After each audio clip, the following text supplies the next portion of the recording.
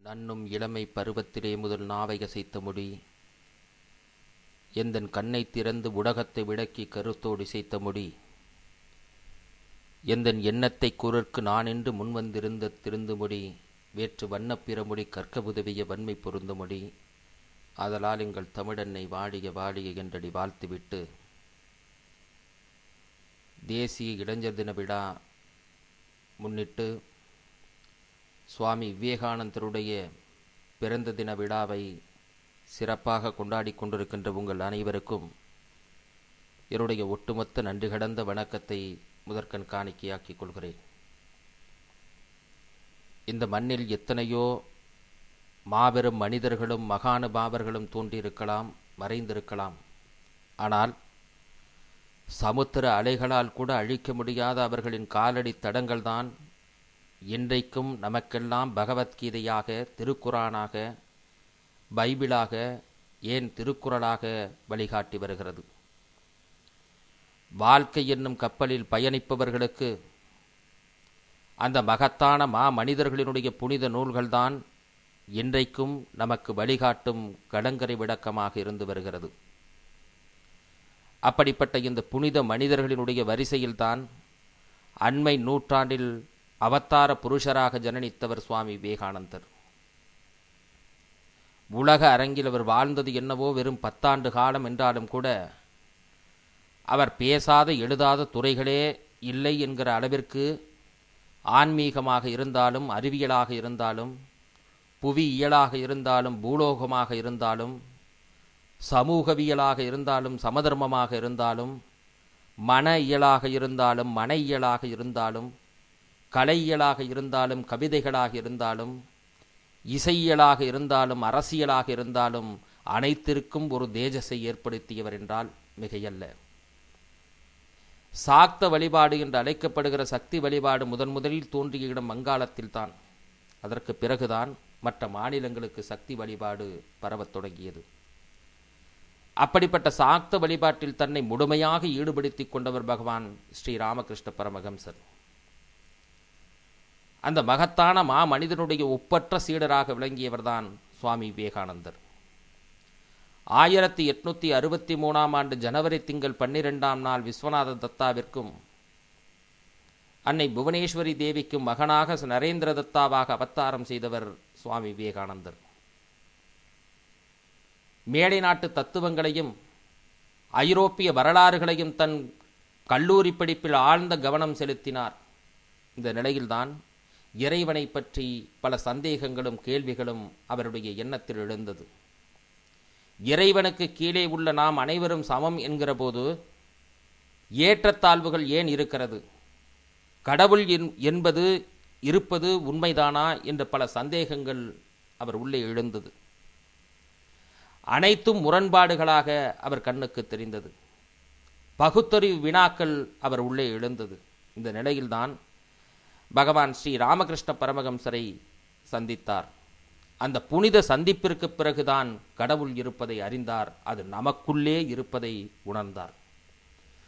Proclaim the God with you, do not deny him என்று பறைசாற்றினார். இதைத்தான் அகம் பிரம்மாஸ்மி என்பார்கள்.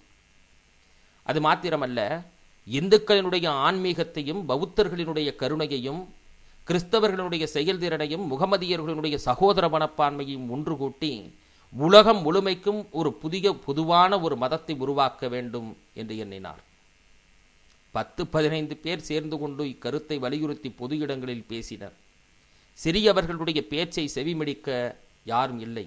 கல்லால் அடித்தார்கள், காரி உமிழ்ந்தார்கள், சிலர் பரிகாசம் செய்தார்கள், செல்லும் இடங்களிலெல்லாம் பலகாலம் பட்டினி கிடந்தார்கள்.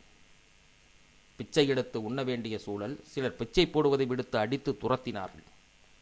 இதற்கிடையில் குடும்ப பிரச்சனை. தன் தந்தையை இழந்த சுவாமி விவேகானந்தர் தாயையும் தன் 2 சகோதரர்களையும் காப்பாற்ற வேண்டிய பொறுப்பிலே இருந்தார். பசியால் பட்டினியால் அந்த குடும்பம் வறுமையில் வாடியது. ஒரு பக்கம் நாட்டிற்காக வாழ்வதா இல்லை குடும்பத்திற்காக வாழ்வதா என்ற குழப்ப நிலையில் இருந்தார். இறுதியில்தான் தாயாரும் தன் 2 சகோதரர்களும் இறந்தால்தான் என்ன என்ற நிலைக்கு தள்ளப்பட்டார். ஆங்கிலத்திலே ஒரு பழமொழி ஒன்று உண்டு. Friendship is practical, love is major என்பார்கள். நட்பு எத்தனை பேரிடம் வேண்டுமானாலும் வைத்துக் கொள்ளலாம். ஆனால் காதல் ஒருவரிடம் மட்டுமே வைத்துக் கொள்ள முடியும். அப்படித்தான் சுவாமி விவேகானந்தர் நாட்டின் மீதும் வீட்டின் மீதும் காதல் கொண்டார். இந்த இரண்டில் ஒன்றை இழந்தால்தான் நம்முடைய குறிக்கோள் நிறைவேறும் என கருதி நாட்டிற்காக தன் வீட்டை பணயம் வைக்க முனைந்தார். இந்த நிலையில் இமயம் முதல் குமரி வரை தன் ஆன்மீக பயணத்தை தொடர்ந்தார். முதல் 8 பள்ளி படிப்பு, 2வது 8 கல்லூரி படிப்பு, 3வது 8 அனுபவ படிப்பு, 4வது 8 நம் தமிழ்நாட்டில் காலடி பதித்தார். வந்தாரை வாழ வைக்கும் தமிழகம் அல்லவா, மகான்களும் சித்தர்களும் யோகிகளும் அவதரித்த புண்ணிய பூமி அல்லவா. அவ்வாறே சென்னை நகர இளைஞர்கள் ஒன்று திரண்டு அமெரிக்கா தலைநகர் சிகாகோவில் நடைபெறவுள்ள சர்வமத மகாசபை மாநாட்டிற்கு இந்தியாவின் சார்பில் சுவாமி விவேகானந்தரை பரிந்துரை செய்து அனுப்பி வைத்தார்கள். லேடிஸ் அண்ட் ஜென்டில்மேன் என்று பேசும் ஆங்கிலேயர்கள் மத்தியில் பிரதர்ஸ் அண்ட் சிஸ்டர்ஸ் என்று பேசிய அனைவரினுடைய கவனத்தையும் தன் பக்கம் ஈர்த்தார். 4000 பேர் அமர்ந்திருக்கக்கூடிய அந்த அவை கைத்தட்டி மென்மேலும் அவரை உற்சாகமூட்டியது.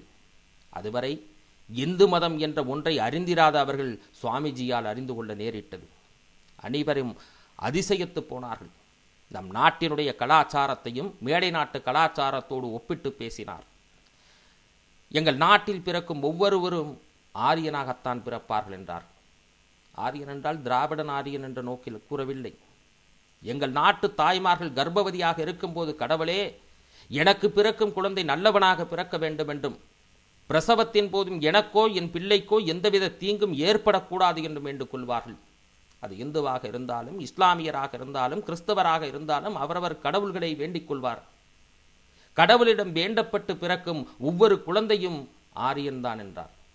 அது மட்டுமல்ல, எங்கள் நாட்டின் நடைபெறும் ஒவ்வொரு நிகழ்வும் மத உணர்வோடுதான். காலையில் வீட்டை சுத்தம் செய்வது மத உணர்வோடு, நீரை பருகுவது மத உணர்வோடு, தூங்குவது மத உணர்வோடு, திருமணம் செய்வது மத உணர்வோடு, அவ்வளவு ஏன் திருடுவது கூட மத உணர்வோடு என்றார். அது மட்டுமல்ல, மதங்கள் பெருகட்டும் என்றார். ஏன் தெரியுமா?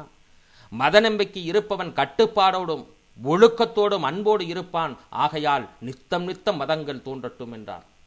பொங்குபல சமயப்படும் நதிகளெல்லாம் புகுந்து கலந்திட நிறைவாய் பொங்கி ஓங்கும் கங்குகரை காணாத கடலே, எங்கும் கண்ணாக காண்கின்ற கதியே அன்பர் தங்க நிழல் பரப்பிய மிக சோடையெல்லாம் தணிக்கின்ற தருவே பூந்தடமே, ஞான செங்குமுதம் அடரவரு மதியே எல்லாம் செய்யவல்ல கடவுளே தேவதேவே என்ற வள்ளலாரின் கூற்றுப்படி எத்தனை சமயங்கள் தோன்றினாலும் அது ஒன்றாக கலக்குமிடம் இறைவன் என்ற மாக்கடல்தான். ஆகவேதான் மதங்கள் பெருகட்டும் என்றார். மகாபாரதத்தில் சத்தியயுகத்தில் துவக்க காலத்தில் பிராமணர்கள் என்று ஒரே ஒரு ஜாதியினர் மட்டுமே இருந்தார்கள். பின் அவர்களுக்குள்ளே பல்வேறு தொழில்களை செய்ததன் காரணமாக பல்வேறு சாதிகளாக பிரிந்தார்கள். ஆக அனைவருமே பிராமணர்கள் என்றும் அனைவரும் அவரவர் தாய்மொழியில் சமஸ்கிருதத்தை கட்டாயம் படிக்க வேண்டும் என்றும் வலியுறுத்தினார். அது மட்டுமல்ல, உங்கள் அனைவரையும் நான் பிராமணனாக மாற்றாமல் விடமாட்டேன் என்றும் இனி வரப்போகும் சத்திய யுகத்தில் எல்லா ஜாதிகளும் மறைந்து பழையபடி முன்னிருந்த நிலைக்கு வரும் என்று கூறியவர் சுவாமிஜி. நம் பாரத நாட்டை வெறும் 4 கோடி ஆங்கிலேயர்கள் ஆள்வது எப்படி தெரியுமா? அவர்களின் ஒட்டுமொத்த குறிக்கோள் ஒன்றே, அவர்களின் ஒட்டுமொத்த எண்ணங்களும் ஒன்றே.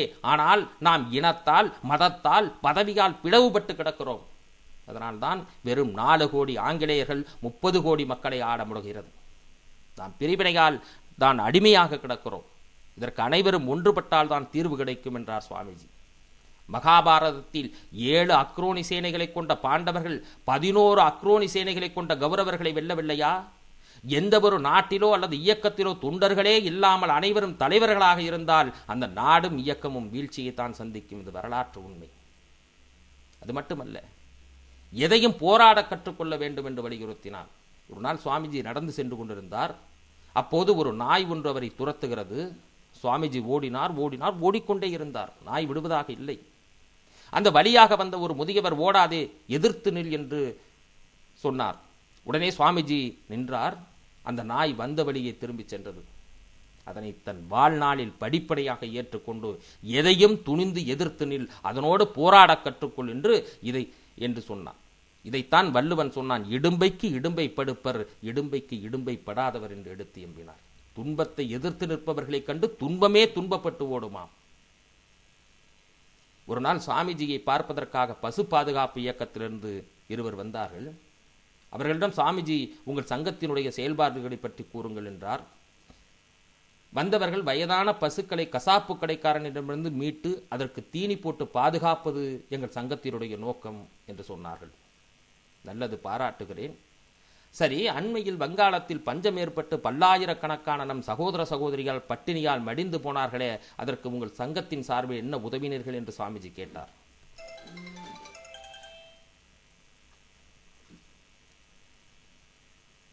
எங்கள் சங்கம் அதற்கெல்லாம் எதுவும் உதவவில்லை. அவர்கள் பஞ்சத்தால் பட்டினியால் சாக வேண்டும் என்பது அவர்களினுடைய கர்ம வினை பயன் என்றார். இதைத்தான் சாமிஜியினுடைய இதை கேட்டு சாமிஜியினுடைய கண்கள் அக்னி ஜுவாலையைப் போல் சிவந்து போனது. கோப கனலோடு அவர்களிடம், இது அவர்களின் கர்ம வினை பயன் என்றால் பசு கசாப்பு கடைக்காரனிடம் சிக்குண்டு மடிவது கர்ம வினை பயன்தானே?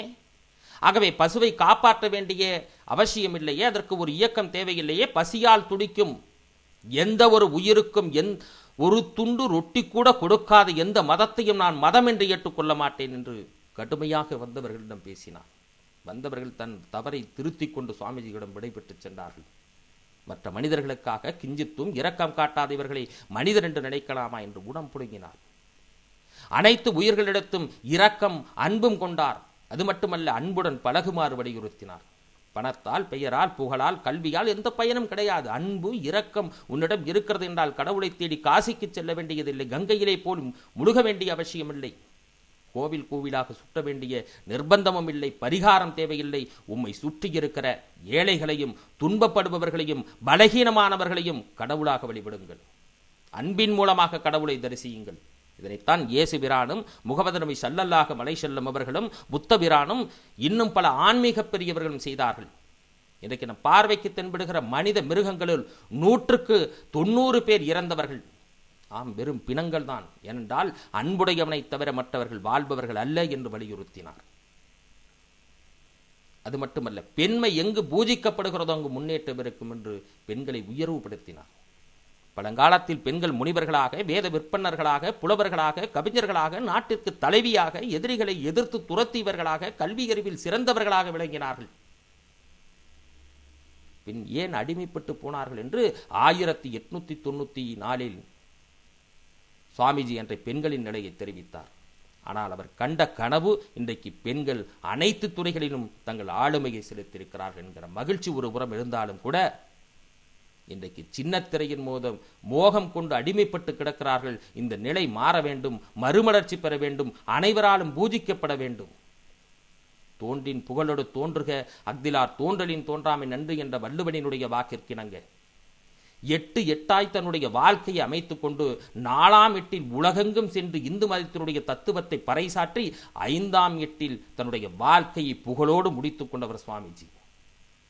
மகாபலி சக்கரவர்த்தியிடம் 3 அடி நிலம் கேட்டு வாமனன் முதல் எட்டில் உலகத்தையும் 2ஆம் எட்டில் அண்ட சராசரத்தையும் அளந்து முடிந்த உலகடந்த பெருமாளைப் போல தன்னுடைய 5 எட்டில் உலகம் முழுமையும் அடந்து நம் இந்திய பெருமையை பறைசாற்றி 1902 ஜூலை திங்கள் 4ஆம் நாள் அவரது பூத உடலை பூமியில் கலற்றிவிட்டு ஒவ்வொரு இளைஞர்களுக்குள்ளும் உரைகின்ற ஆத்மாவாக இன்றும் நின்று நிலைத்து வாழுகிற சுவாமி விவேகானந்தரை இன்றைய இளைஞர்கள் உருவில் தரிசிப்போம்.